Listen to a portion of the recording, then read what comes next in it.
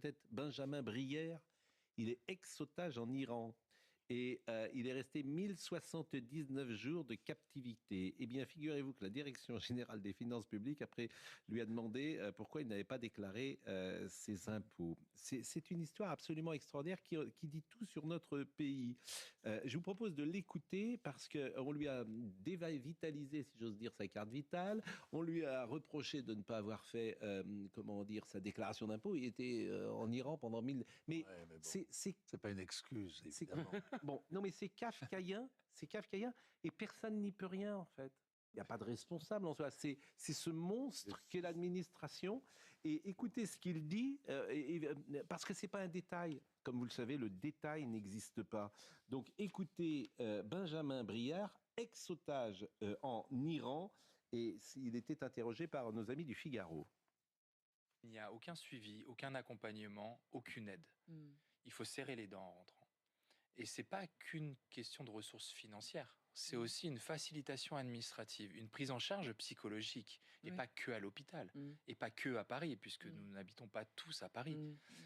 C'est une facilitation administrative. Si vous n'avez pas déclaré vos impôts pendant 4 ans, moi, on me fera le reproche de ne pas l'avoir fait ou que ma famille ne l'a pas fait. Effectivement, vous racontez cette anecdote.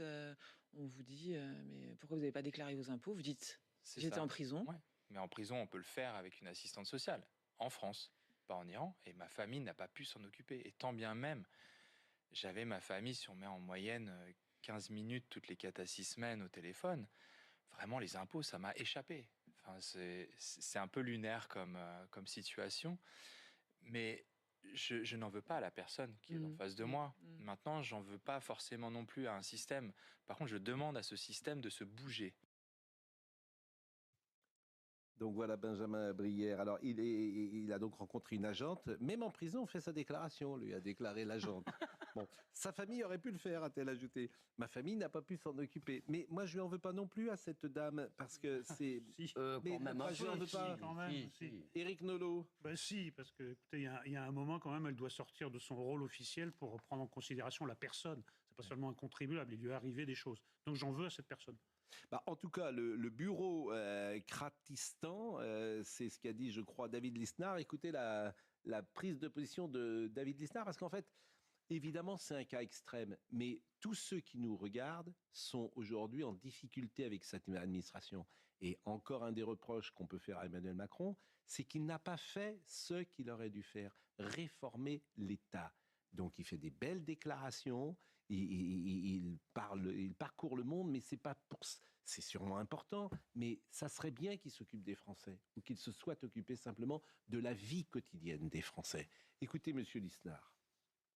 Imaginez, vous êtes emprisonné pendant 3 ans dans une dictature, la République islamique d'Iran. Vous êtes otage, vous êtes libéré. Et quand vous revenez, le premier contact que vous avez avec l'administration française, c'est de vous réclamer des impôts. Pendant les 3 ans, vous étiez emprisonné. Pendant que vous revenez, vous constatez que vous n'avez plus de numéro de sécurité sociale, que vous voulez vous reconstruire, mais vous ne pouvez pas avoir accès au remboursement des séances de psy. Vous constatez aussi, dans le pays qui a le record du monde de la dépense publique, qui donne de l'argent à n'importe qui, eh bien que vous, qui avez été pris en otage et fait 3 ans de prison en Iran, eh bien, vous ne pouvez pas non plus toucher vos allocations chômage pour lesquelles vous aviez cotisé. C'est cette situation qui pourrait être comique si elle n'était pas si tragique qu'a vécu Benjamin Brière, qui est revenu après donc 3 ans d'incarcération, qui a affronté l'absurdistan, qui a affronté le léviathan bureaucratique et technocratique. Et c'est avec cela aussi qu'il faut en finir pour que cet appareil d'État, qui est constitué d'une belle fonction publique, c'est ça le paradoxe de gens bien formés, eh bien, ne soit plus mis au service de ceux qui trichent, mais soit vraiment au service des Français, des habitants et de la société. Alors, la Direction générale des finances publiques a évidemment présenté ses excuses. Nous regrettons vivement que cet usager n'ait pu initialement bénéficier de toute attention qu'il convenait de lui apporter compte tenu du contexte. Ce défaut d'accompagnement est tout à fait contraire à nos valeurs. Non, il n'est pas contraire aux valeurs. Et ils se sont excusés parce que c'est public, point. Ils se sont excusés un dimanche. Oui, mais uniquement parce que c'est médiatisé. Et parce qu'autrement, ils ne se seraient pas excusés. C'est pour ça. Mais là aussi, nous regrettons vivement que cet usager, ils auraient pu dire que M. Brière, que cet usager... Il parle comme ça. Bon, mais qu'est-ce que vous voulez que je vous dise? C'est plus fort que... Oui, mais c'est pas les gens, c'est le système. Non. Excusez-moi, s'il y a des gens et pas des ordinateurs, s'il n'y a pas que des ordinateurs aux impôts, s'il y a encore des êtres humains, c'est précisément parce qu'il faut appliquer les lois avec une forme de discernement. Or, cette dame n'a pas fait preuve de discernement parce qu'elle n'est pas formée à cela. Elle est formée à appliquer, pardon, je vais dire un mot pas gentil, mais en tous les cas, mécaniquement, disons, les textes. Et à ce moment-là, supprimons les agents. Mais c'est pas que ça. Donc, je suis... Pardon. Non, mais c'est pas que ça, parce que Paul Sugy, ce matin, par exemple, a fait un édito remarquable sur ce sujet. Et il rappelait, et je pense qu'il a parfaitement raison, les moyens qu'on met pour aller vérifier les déclarations fiscales des uns et des autres. Vous pouvez utiliser des images satellitaires pour voir si vous avez une piscine chez vous, pour voir si vous l'avez bien déclaré. Et dans le même temps, il prenait cet exemple que je trouve très frappant. Quand on veut faire un test de minorité pour un mineur non accompagné, on n'est pas capable de le faire parce qu'on ne se donne pas les moyens. En fait, c'est là où l'État veut mettre les moyens pour déceler telle ou telle Richard Millet. façon.